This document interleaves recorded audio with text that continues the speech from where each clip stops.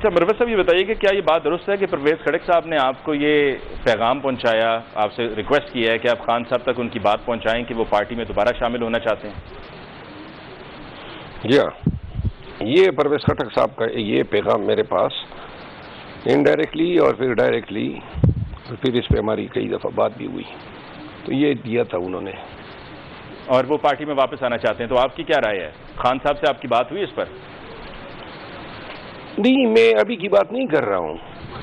یہ تو اس وقت کی بات ہے نا جب پرویز خٹک صاحب نے پریس کانفرنس کی، اس کے 3-4 دن بعد انہوں نے یہ پیغام دیا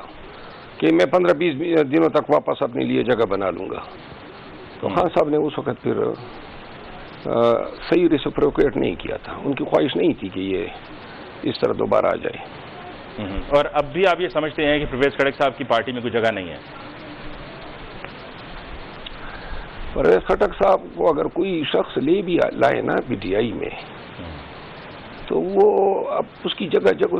دلوں سے گر چکی ہے، تو چاہے اس کو پی ٹی آئی کا چیئرمین ہی بنا دینا،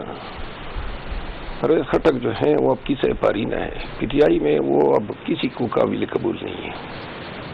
اچھا مروت صاحب، آپ نے ابھی پچھلے دنوں میں ایک پروگرام میں یہ بات کی کہ جو 9 مئی کا معاملہ ہے سارا وہ جھوٹ ہے اور پاکستان تحریک انصاف کو اس میں پھنسایا گیا ہے، پاکستان تحریک انصاف پہ وہ ڈالا گیا ہے۔ آپ نے اس پروگرام میں یہ بھی کہا کہ آپ کے تو اپنے ورکر زخمی ہوئے ہیں اور ان کی ہلاکتیں بھی ہوئی ہیں، تو آپ اب بھی سمجھتے ہیں کہ یہ ایک پوری سازش تھی؟ اور سازش تھی تو یہ سازش آپ کی پارٹی کے خلاف کس نے کی؟ یہ پی ڈی ایم نے اور ان کو لانے والوں نے، سہولت کاروں نے مل کے کی۔ اور دیکھیں یہ جو سازش تھی نا، 2 الزامات ہیں کہ شہداء کے مجسمے جو ہیں وہ تھوڑے، تو ذرا آپ کائنڈلی انویسٹیگیٹو جرنلزم کر لیں اور وہ 9 مئی کے وہ فوٹیجز آپ دیکھ لیں، آپ کو ایک بھی شہید کا مجسمہ نہیں ملے گا۔ جو مجسمہ کرنل شیر خان صاحب کا بتایا جا رہا تھا وہ تو ایف ایف رجمنٹ کے تھے ہی نہیں جو مردان میں بیٹی ہیں، اور وہاں پہ جو مجسمہ تھا اس کی تو داڑھی نہیں تھی۔ کرنل شیر خان صاحب شہید جو ہیں وہ تو متشرع تھے،